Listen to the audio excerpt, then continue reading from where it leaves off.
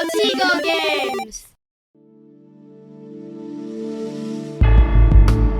Hey there folks, and welcome to Story Stripped Down, the show where we strip down the stories from movies, video games, and books to see what worked and what we can learn from them. I'm Drew from Neo-Tigo Games, and if you're interested in narrative structures and character development, please tap that follow button and join me on my learning journey.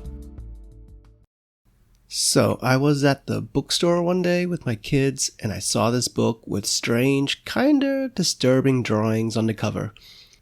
I picked it up and saw the proclamation that this was a Japanese mystery horror sensation. So I was intrigued. I read the blurb about the author being this enigmatic YouTube star that only appears in a strange white mask and black body stocking. Okay, sure, go ahead, let's do it. So I bought Strange Pictures and read it cover to cover in a single day. A few weeks later, my wife borrowed Strange Buildings from the library, and it's this book that I'm going to talk about today. Strange Buildings is written by a Japanese author known only as Uketsu and was first published in 2023. The English translation was done by Jim Ryan and was published in 2026. As usual, this podcast contains spoilers, so please read the book first if you haven't already done so. On a cold, windy day, I walked through the streets of Umegaoka towards my friend the draftsman's flat. I was carrying 11 files. And so begins Strange Buildings, a sort of sequel to Strange Houses. In this book, the author shares 11 seemingly unrelated cases of, strange buildings, with unusual histories that involve deaths of some kind. Each case involves the floor plan of a building, mostly houses, and the stories of what happened there, mostly murders. Mostly. After a few cases, links between the different files start to appear, such as a strange doll with a missing arm and leg, people trying to remove rooms from the houses, and a real estate mogul. The author takes all 11 cases to his friend, the master draftsman, and together, they figure out the connection between the 11 cases and uncover a secret cult. Now, I'm not sure if it's Uketsu's writing or Jim Ryan's translation, but the writing in Strange Buildings is highly efficient. I think that's the best way I can put it. What do I mean by efficient? I mean it generally goes straight to the point and doesn't beat around the bush with any poetry or theatrics. Let me read out an excerpt from the first chapter, and I'll try to pitch shift my voice to match the voice Uketsu uses in their YouTube videos. I was sitting in a cafe in Toyama Prefecture with a woman across the table from me. Her name was Yayoi Negishi. She was a part-time worker in her 30s, living in Toyama City.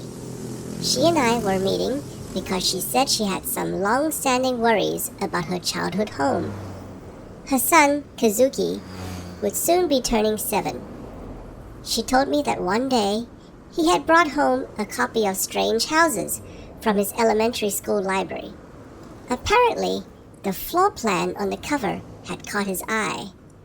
However, he struggled with the decidedly adult book and couldn't read many of the words, so he asked his mom to read it to him. Negishi promised to do just that, but for only 10 minutes a day, just before bed. She told me that as they progressed through the book, though, it started to stir up old memories, slightly unsettling memories that had been buried deep in her subconscious. Now, before I wrote Toxic Boss Fight and Gloom and Doom, I mostly wrote screenplays.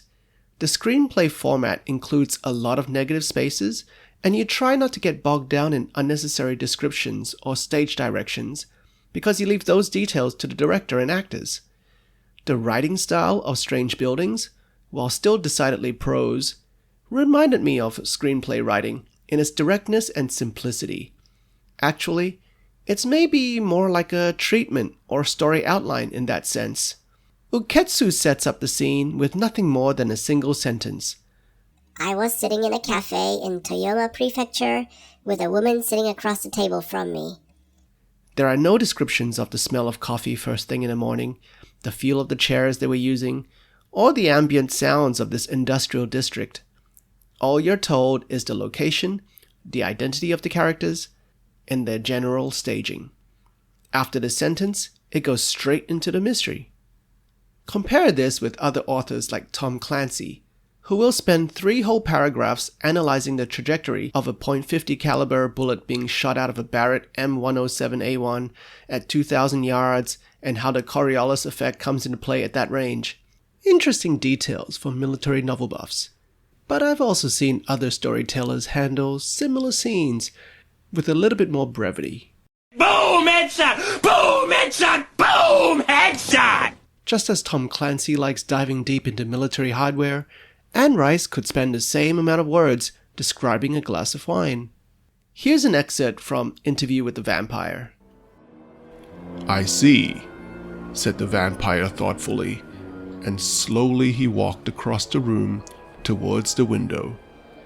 For a long time he stood there against the dim light from Divisadero Street and the passing beams of traffic. The boy could see the furnishings of the room more clearly now.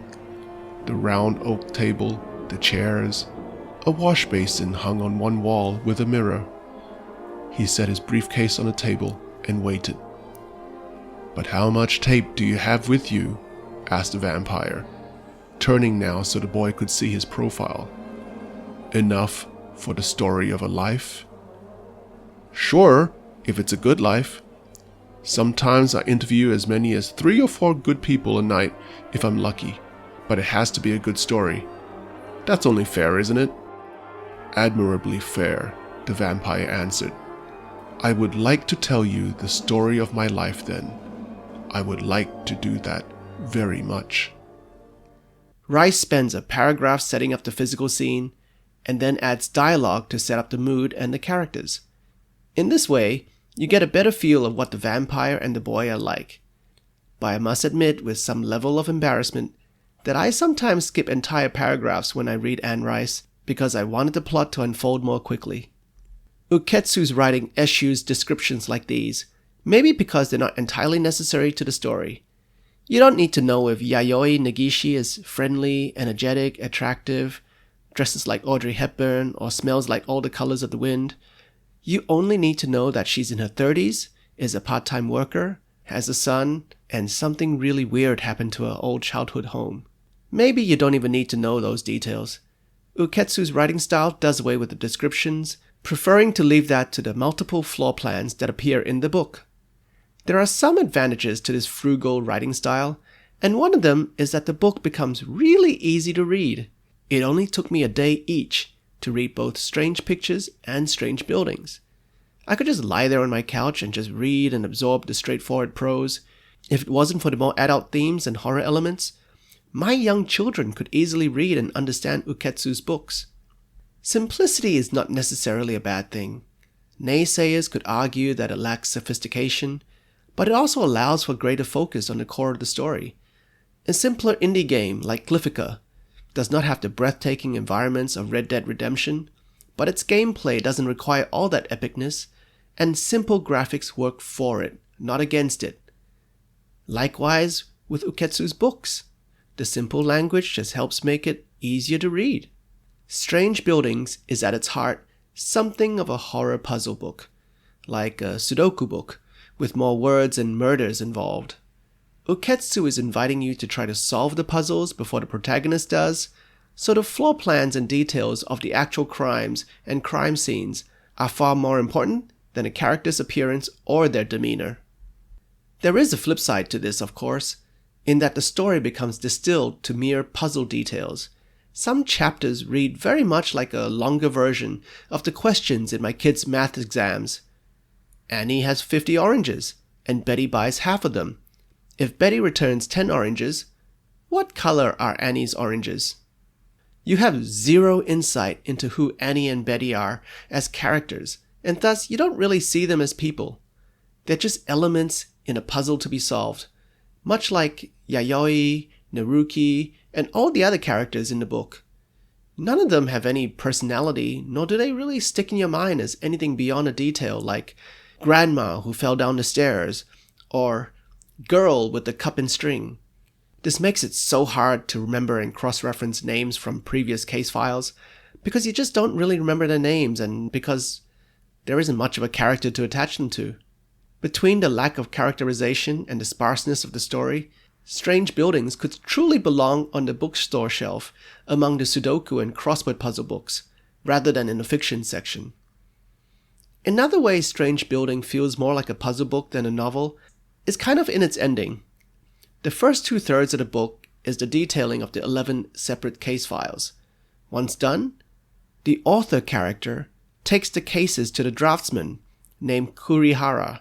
The author character and Kurihara then proceed to dissect and uncover the secrets of the cases. Rather easily, I might add. They just sit at Kurihara's home and then figure out the mysteries. No need for further investigation, nor is there a moment where Kurihara takes a bath and the displacement of the water inspires him to look at the cases from a different perspective. They just straight up figure it out, as if they were doing Sesame Street level math. In this way, the structure of Strange Buildings is exactly the same as my kids' math books. You flip to the end, and it's the answer section. The puzzle nature of the book is doubled down by the ending. Once the author character and Kurihara figure out the murders, they call the cops. No, wait, actually they don't. They inform the victims. No, they don't do that either. Actually, they don't do anything at all. They just sit at Kurihara's home and they feel proud of themselves for solving the puzzles, as if people weren't murdered or anything. In my opinion, the least Uketsu could have written was an additional line where the author and Kurihara high-five each other, but we don't even get that. All we get is the solution to the puzzles, and then the book ends, exactly like my kids' math books. There's efficient storytelling, and then there's straight-up dehumanizing murders, and making them seem like just pure puzzles to be solved. If we circle back to Tom Clancy and his detailed research into long-range shots, they say that it's easier for snipers to disassociate themselves from their targets and dehumanize what they're seeing through their scope. At that range, you don't see a human being anymore, just an abstract target to shoot a bullet at. Uketsu's writing can feel that way too. Okay, let's sum up what I've learned from Strange Buildings. 1. Efficient writing can help your reader focus on the important plot points and improve the pacing. However, 2. If you don't develop your characters enough, they can become too abstract, causing your audience to detach and disassociate themselves from your story. Thank you for listening to Story Stripped Down. If you enjoy the way I dive into stories, please tap that follow button and get notified every time a new episode drops. I'd love to see your thoughts on Strange Buildings, so please drop a comment and share your take on it. I'm sure I'm going to get a lot of hate mail for this one. In next week's episode, I'm going to look at Haikyuu, the dumpster battle, and how it depicts sports themes. This episode of Story Stripped Down is written, produced, and hosted by me, Drew Pan. If you'd like to connect with me, you can find me on X as NeoTeagle Games. That's NeoTeagleGames. You can also find my game Gloom and Doom on Steam and all major consoles. It's a horror comedy visual novel about an ancient wraith and a teenage antichrist trying to prevent the apocalypse. If horror fantasy is not your thing, try my comedy novel Toxic Boss Fight, available on Amazon. This one's about office politics and the quest to find meaning at work. Take care, everyone! Keep on reading and writing.